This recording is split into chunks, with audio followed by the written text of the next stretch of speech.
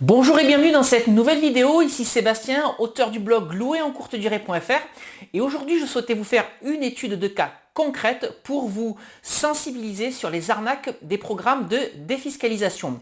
Alors avant que je rentre dans le vif du sujet de cette vidéo et que je vous montre chiffres à l'appui pourquoi la défiscalisation peut être une véritable arnaque, si vous ne l'avez pas encore fait, n'hésitez pas à vous abonner librement et gratuitement à ma chaîne YouTube pour être informé de la publication de toutes mes nouvelles vidéos, mais également pour rejoindre une communauté de plusieurs milliers de personnes passionnées à la fois d'immobilier et de location courte durée.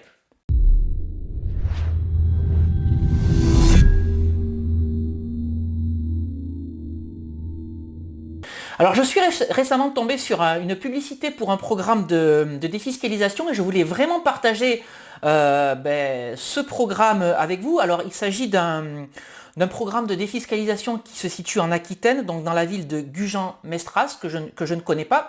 Mais voilà ce que propose ce programme de défiscalisation. Donc une maison de type T4 de 88 mètres carrés avec garage. Et le prix affiché est de 289 000 €, donc hors frais de notaire et hors frais de garantie bancaire. Donc ce que nous dit ce programme de défiscalisation, c'est que si cette somme est empruntée sur 20 ans au taux de 1,60%, la mensualité de prêt sera de 1 505 € avec, et cette mensualité inclut l'assurance de prêt. Alors toujours ce que nous dit ce programme, que la taxe foncière va être de 75 € par mois, donc j'ai fait le calcul, j'ai simplement multiplié par 12, ça fait une taxe foncière de 900 € à l'année, donc pourquoi pas pour une maison de 88 mètres carrés. L'assurance propriétaire non occupant sera de 16 €, ce qui fait que le total charge par mois sera de 1 596 €. Et donc face à ces dépenses, évidemment, il y a des recettes, donc a priori, cette maison pourrait être louée 810 € par mois et l'économie d'impôt réalisée grâce à la défiscalisation sera de 478 € par mois. Ce qui fait qu'on aura un total recette, donc de 810 plus 478, de 1288 € par mois à mettre en face de l'ensemble des charges, donc 1596, ce qui fait que le cash flow sera négatif et il sera égal à 308 € par mois. Je devrais plutôt dire moins 308 € par mois. Ça veut dire quoi? Ça veut dire que toutes les personnes qui vont se positionner sur ce programme de défiscalisation, qui vont vouloir acheter cette maison T4 de 88 mètres carrés, vont devoir fournir un effort d'épargne de 308 € tous les mois. Ça veut dire que toutes ces personnes vont puiser sur ce qui est nécessaire pour vivre à hauteur de 308 € par mois. C'est un investissement locatif extrêmement mauvais. Alors, pour aller un petit peu plus loin dans cette logique, j'ai pris le cas d'une famille qui gagne 3 000 € par mois et qui est déjà propriétaire de sa résidence principale à hauteur de... qui est propriétaire de sa résidence principale, et qui rembourse un crédit de 800 € tous les mois. C'est-à-dire qu'avant de se positionner sur ce programme de défiscalisation, le taux d'endettement de cette famille est de 800 divisé par 3000, ce qui fait 26,66%. Et je me suis amusé à calculer le taux d'endettement de cette famille si elle se positionnait sur ce programme de défiscalisation. Donc j'ai calculé ce taux d'endettement de deux manières, avec la méthode de la compensation et la méthode de la non-compensation. Avec la méthode de la compensation, après investissement immobilier sur ce programme, le taux d'endettement de cette famille serait de 57,93%. Avec la méthode de la non-compensation, si cette famille se positionne sur ce programme de défiscalisation, le taux d'endettement serait de 64,62%, ce qui est absolument énorme. Je vous rappelle qu'avant achat, dans mon hypothèse, le taux d'endettement de cette famille était de 26,66%. Donc je récapitule. Un taux d'endettement qui explose, un effort d'épargne de 308 € à fournir tous les mois. Bref, une super mauvaise opération immobilière. Quelle est la banque qui va suivre à nouveau cette famille si elle souhaitait acheter un nouvel investissement locatif après s'être positionnée sur ce programme de défiscalisation? Aucune banque ne suivrait. Alors je me suis amusé à pousser un petit peu plus loin mon raisonnement en prenant en exemple le nouvel achat immobilier que je suis en train de réaliser. Donc si vous me suivez, vous devez savoir que c'est un projet de colocation que je suis en train de mettre sur route et je me suis positionné sur un appartement de 53 mètres carrés dans la ville de Tarbes que j'achète 32 500 euros. Donc évidemment, l'appartement, il y a des travaux dedans, environ 25 000, mais ce qui fait que mon projet global est de 57 500 euros. Alors j'ai repris les mêmes hypothèses que ce programme de défiscalisation. Je vais toujours parler hors frais de notaire et hors garantie bancaire avec les mêmes données, un emprunt sur 20 ans au taux de 1,60%. Dans ces conditions, donc pour emprunter 57 500 euros, ma mensualité de prêt sera de 280 euros et 12 centimes. Ma taxe foncière est de 760 euros par an, ce qui fait 63,33 euros par mois.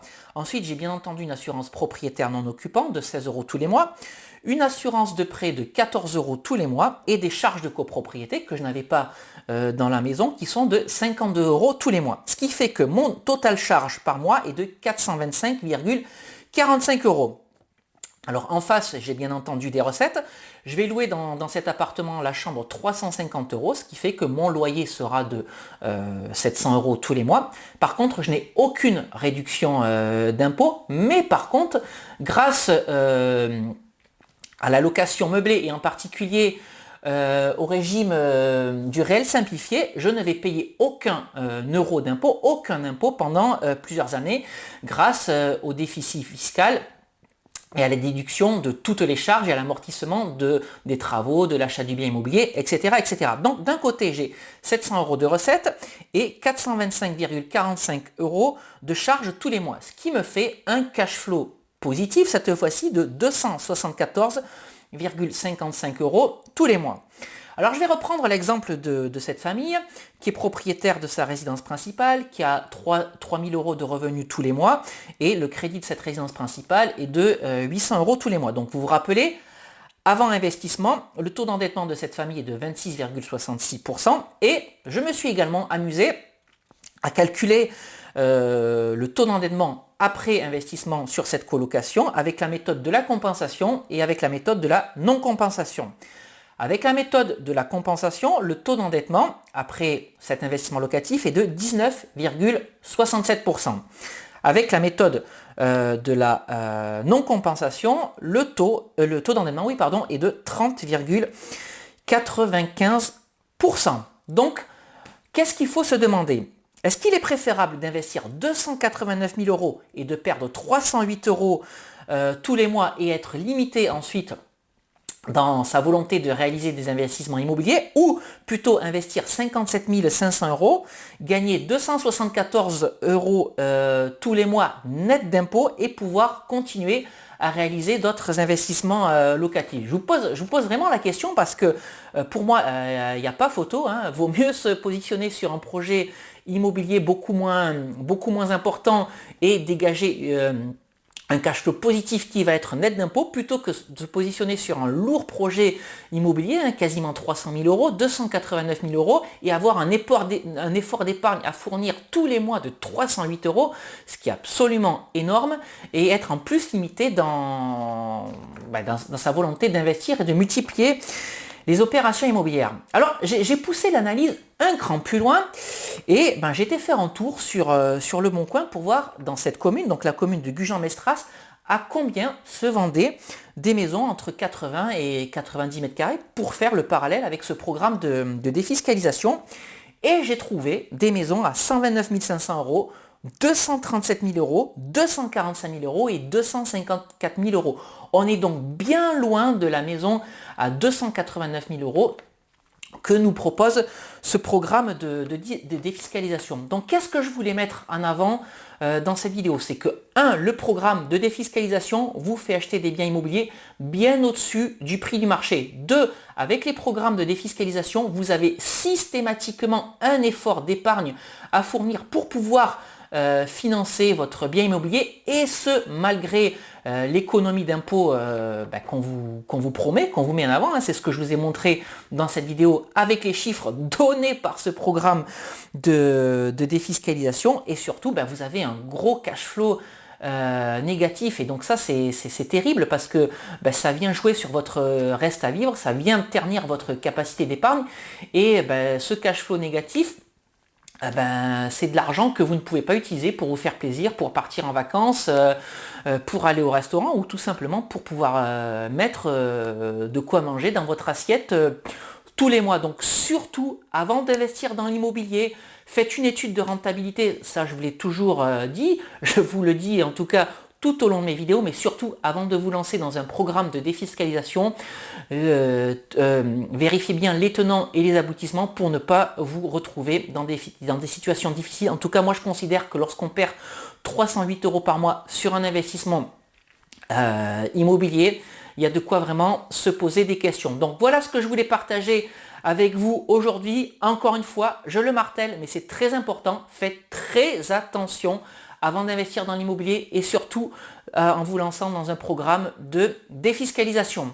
J'espère que cette vidéo vous aura plu. Si c'est le cas, n'hésitez pas à la liker et n'hésitez pas non plus à la partager avec des personnes qui souhaitent investir dans l'immobilier et qui se posent encore des questions sur de l'ancien ou sur du neuf avec des programmes de défiscalisation. Je pense que cet exemple concret pourra les aider.